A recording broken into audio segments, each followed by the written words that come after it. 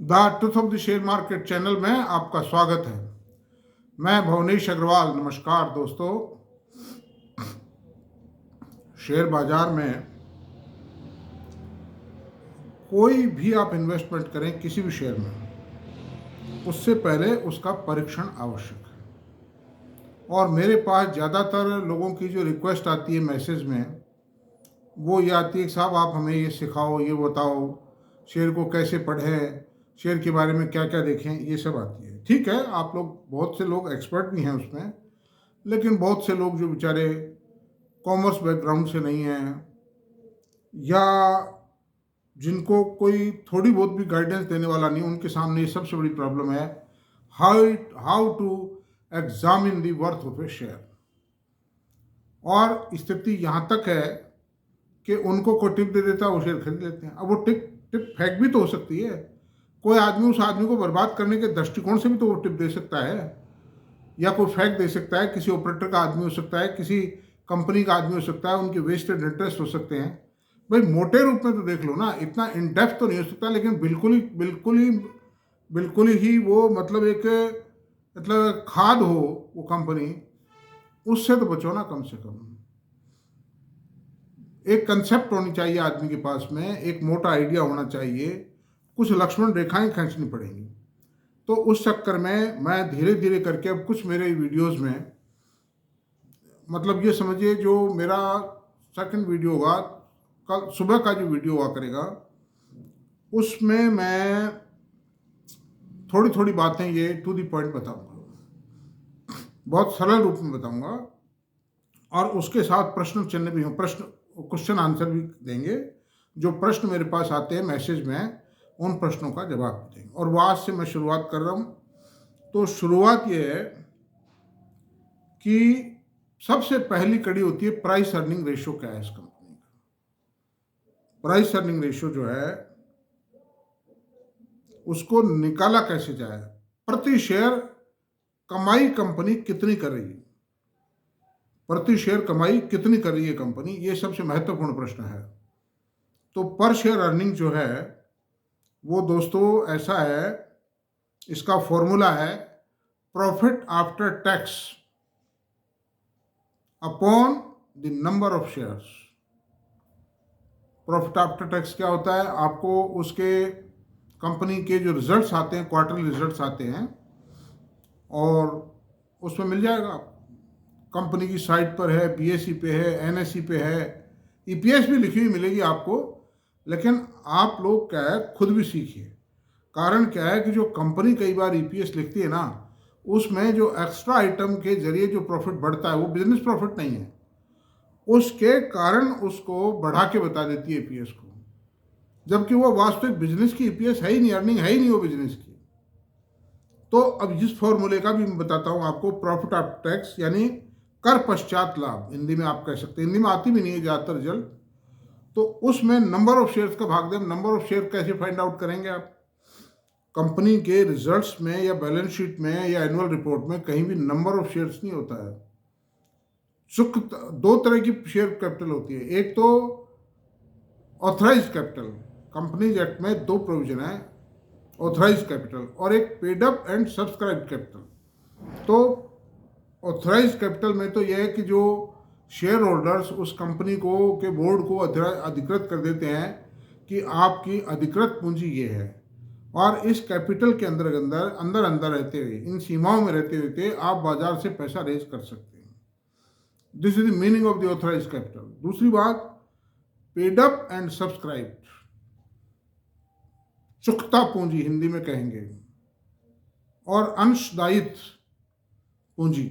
चुकता अंशदायी, कई बार कंपनी आईपीओ ले जाती है, चुकता पार्टली पेड शेयर जारी करती है, जैसे रिलायंस एंड राइट के अंदर पार्टली पेड शेयर जारी किए थे। तो सब्सक्राइब का मतलब आधी सब्सक्राइब, इतने शेयर जारी किए but they are half paid या क्वार्टर पेड या 3/4 पेड, जो भी है मतलब। तो उसमें नंबर ऑफ शेयर कैसे फाइंड आउट करेंगे आप? जैसे सपोज करो किसी कंपनी की इक्विटी 100 करोड़ है, तो 100 करोड़ में शेयर कितने होंगे? अगर मान लो फेस वैल्यू 10 रुपीज है उस शेयर की, तो 10 करोड़ शेयर हो गए। 10 का भाग दे दीजिए 100 करोड़ में, 10 करोड़ आ गया। अब 10 करोड़ का भाग आप दीजिए प्रॉफिट आफ्टर टैक्स में, तो बट नेचुरल है कि प्राइस अर्निंग ईपीएस आ जाएगी, earning per share, clear cut है। लेकिन मैं आपसे बता दूं कि अर्निंग पर शेयर ही किसी शेयर में इन्वेस्टमेंट का निर्णय लेने के लिए ईपीएस को देखना ही पर्याप्त नहीं है। There are several other points also जो मैं मेरी वीडियोज में पहले भी डिस्कस कर चुका हूँ, कई वीडियोज में करता रहता हूँ डिटेल। मैं 3 फॉर्मूले मैंने आपको बताए, मैं हमेशा बताऊंगा ये: management, technology, brand and growth. ये जरूरी है किसी शेयर में होना। अगर मैनेजमेंट कैपेबल है और ब्रांड बहुत ताकतवर है, अब ये कहोगे कि साहब ब्रांड मतलब ये कोई जो मतलब और कई ऐसी कंपनियां हैं जो बिजनेस B2B जो बिजनेस करती हैं, बिजनेस टू बिजनेस जो प्रोडक्ट तैयार करती हैं, उसमें ब्रांड का होता है? नहीं, ब्रांड होता है, उसमें भी ब्रांड होता है। ऑटो एंसिलरी का ब्रांड है मतलब, और ब्रांड और एक रेपुटेशन, ब्रांड का मतलब रेपुटेशन भी है। फिर खाने के तेलों में ब्रांड है, कॉस्मेटिक्स में ब्रांड है, किसमें नहीं है ब्रांड? Brand is everywhere. कारों में ब्रांड है, हाउस होल्ड जो आइटम्स हैं जैसे फ्रिज है, कूलर है, एसी है, पंखा है, सब में ब्रांड है कि नहीं? और आप ऐसे भी कई प्रोडक्ट हैं, जैसे आप मंडी में जाइए, वहाँ तो अनब्रांडेड है प्रोडक्ट, लेकिन वहाँ भी ब्रांडिंग होने लग गई है कि साहब ये फला जगह का गेहूँ है, ये साहब सांगली की हल्दी है, ये साहब धनिया फला जगह का है, ये साहब जीरा बाड़मेर का है, दोहरी मन्ना का है? तो इस तरह से वहाँ भी ब्रांडिंग है मतलब। तो ब्रांडिंग मजबूत होनी चाहिए, यानी ब्रांड बहुत स्ट्रॉन्ग ब्रांड होना चाहिए, वो कंपनी सुपर ब्रांड मैन्युफैक्चरर हो मतलब। मैनेजमेंट इतना ताकतवर हो, हर घड़ी में हर मुसीबत से निपटने में सक्षम हो।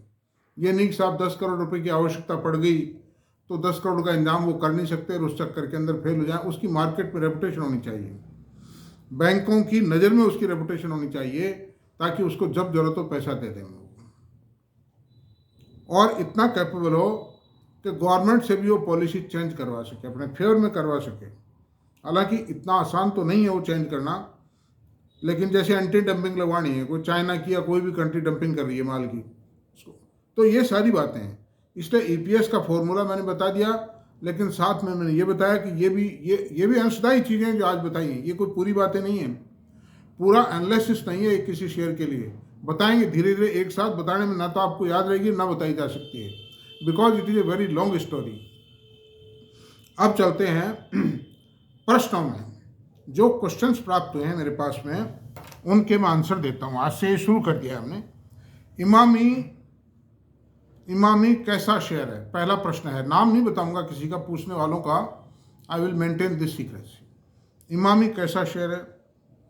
इमामी जो शेयर है वो शेयर बहुत अच्छा शेयर है।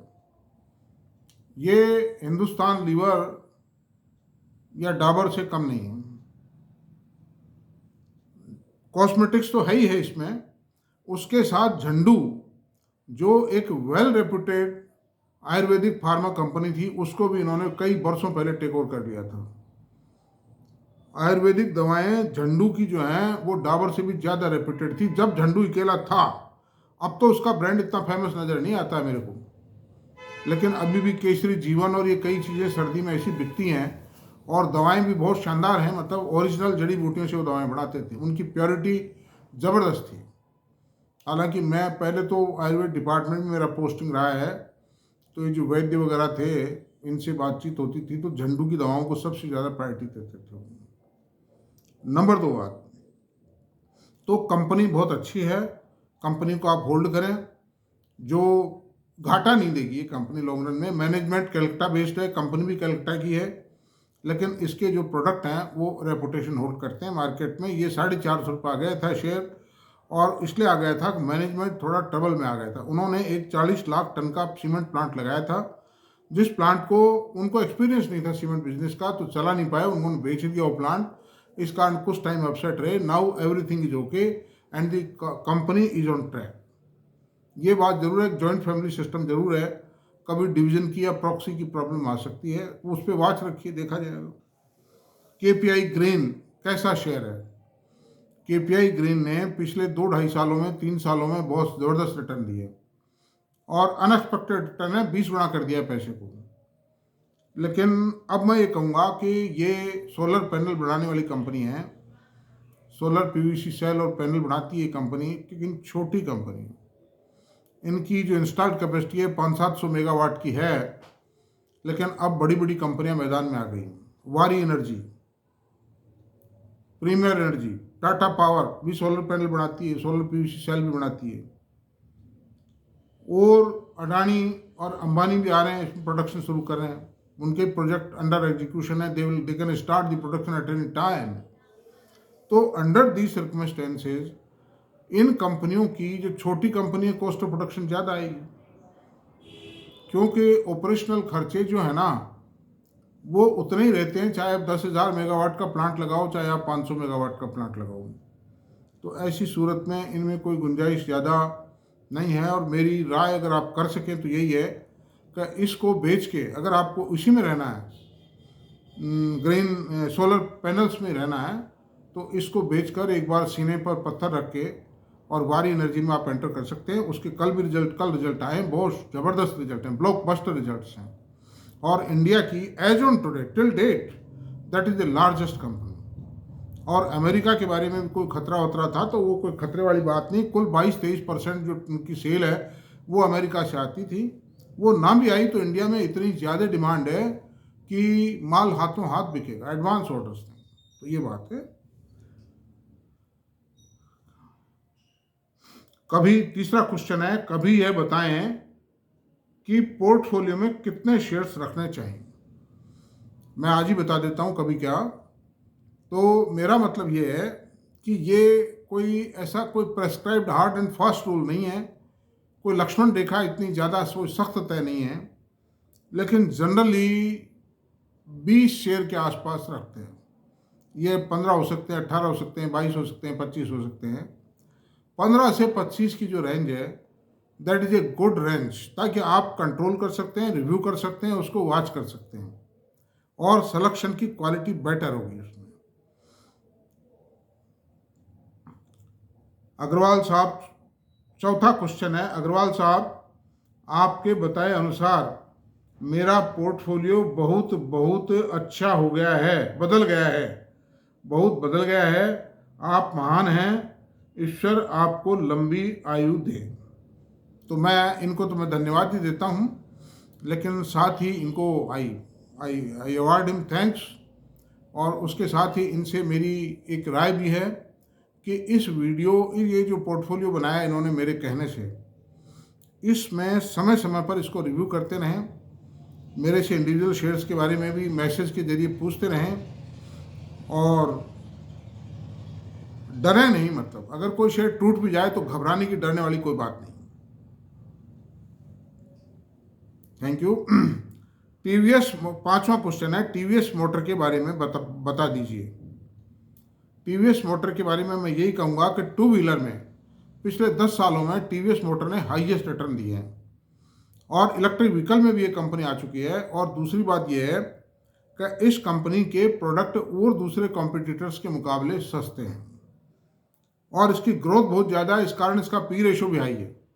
और जो सुंदरम ग्रुप की कंपनी है वो मोस्ट एफिशिएंट है and the biggest and most prestigious group of south India है। मतलब इसलिए मेरी राय है, इस शेयर में बने रहें आप, कोई खतरे वाली बात नहीं, लॉन्ग टर्म के अंदर पैसा देता रहेगा। मॉइस्चर टैक ले सकते हैं क्या? मॉइस्चर चिप्स बनाता है, लेकिन वो बहुत नॉर्मल टेक्नोलॉजी की चिप्स है, वो छोटी चिप्स हैं।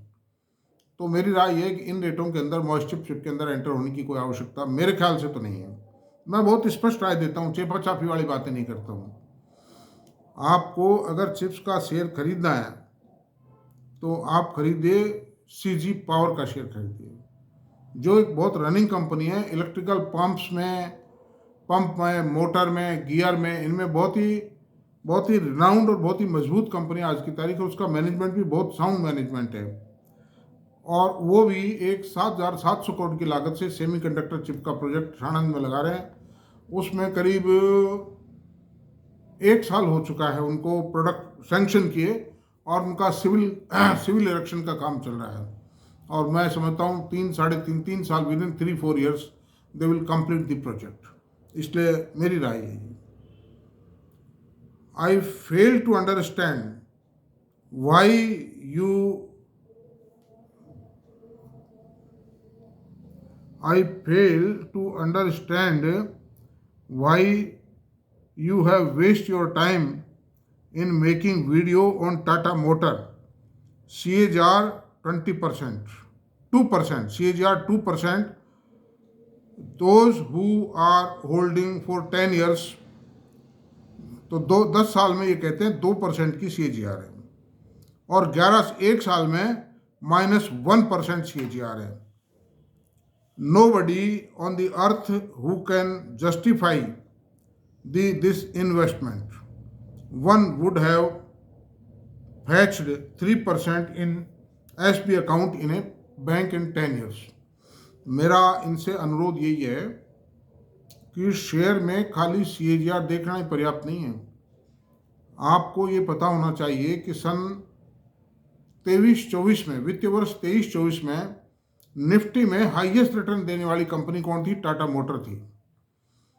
Tata motor second largest company of India है और दुनिया की सबसे हाईएस्ट रेप्यूटेड ब्रांड की कार बनाती है। मतलब तो इन्होंने रतन टाटा साहब ने इस कंपनी को सन 2005 में टेक ओवर किया था, और ये वो कंपनी है जो अंग्रेजों का झंडा लेके चलती थी। मतलब JLR जो कार है, अंग्रेजों का झंडा उठा के चलती थी ये कार। तो आप प्रीवियस हिस्ट्री को मत देखिए, ऐसे बहुत शेयर मिल जाएंगे आपको कि जैसे एस्कॉर्ट्स का शेयर है, एस्कॉर्ट का शेयर 70 साल तक बढ़ा रहा, कुछ नहीं दिया, लेकिन अब आप देखिए क्या पोजीशन है, 3,500 रुपये रेट है उसका। बालाजी एमीन्स कितने साल पड़ा रहा। तो ऐसी बात नहीं है, शेयर का कोई भरोसा नहीं है कब क्या पड़ जाए। जो वर्तमान स्थिति है, जो कंपनी की जो प्लानिंग है, जो कंपनी की जो प्रेजेंट परफॉर्मेंस है, दैट इज आउटस्टैंडिंग। एक क्वार्टर का अगर भाव घट गया या कोई बाजारों में गिरावट भी आई है, ऑटोमोबाइल सेक्टर की सेल भी कम रही है पिछले 1 साल में, प्रॉफिट सारे ऑटोमोबाइल गिरे हैं एक्सेप्ट महिंद्रा एंड महिंद्रा। तो उन सब चीज़ों को देखना पड़ेगा, खाली एक ग्राउंड देखने से पार नहीं पड़ेगी।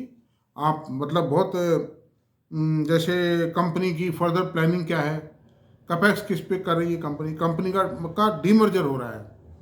कंपनी जो JLR की जो मैन्युफैक्चरिंग लाइंस हैं यूरोप में उनमें से कुछ मैन्युफैक्चरिंग लाइंस को ये इलेक्ट्रिक व्हीकल्स, इलेक्ट्रिक कारें बनाने के लिए कन्वर्ट कर रहे हैं, जो बहुत कम में 20-25 हज़ार रुपये में हो जाएगा। दूसरी बात, ये ऑटोमोबाइल फाइनेंस का भी काम करते हैं, ऑटो फाइनेंस का भी काम करते हैं। तीसरी बात, इस कंपनी का डीमर्जर हो रहा है, पैसेंजर व्हीकल एक तरफ होंगे, कमर्शियल व्हीकल एक तरफ होंगे, 2 कंपनियों में होगा। The proposal has been approved by the share holders and matter is pending with the NCLT। दूसरी, 10,000 करोड़ की लागत से चेन्नई में एक इलेक्ट्रिक व्हीकल्स का प्लांट लगा रहे हैं। The erection work is going on that project. तीसरी बात और बताता हूँ, जो भारत के सबसे बड़े इन्वेस्टर हैं राकेश झुनझुनवाला साहब, अब मैडम राकेश झुनझुनवाला साहब मानिए आप, उनके पास में करोड़ों शेयर हैं इसके। He is the 5 star holder of this company. और मैंने खुद ने टाटा मोटर में हमेशा बहुत भारी रुपया कमाया है, मैं आपसे मतलब पूछो मत आप, यानी। और still I am holding Tata motor, my son is holding Tata motor in a quantity, and we have a very good hope from this company. Everything I have already explained in 2-3 videos मैं बना चुका हूँ, जिनके अंदर हर चीज़ को मैंने एक्सप्लेन किया है। तो कोई वेस्टेज नहीं है, आप गंभीरता से लें सर। और जो भी हैं, ये मेरी राय तो यही है, बाकी आप देख लीजिए अपने हिसाब से। थैंक यू वेरी मच, आज यहीं रहने देते हैं। और आपको मेरा वीडियो अगर पसंद आया तो प्लीज़ इसको सब्सक्राइब करें, लाइक करें, शेयर करें, कमेंट करें। Thank you very much.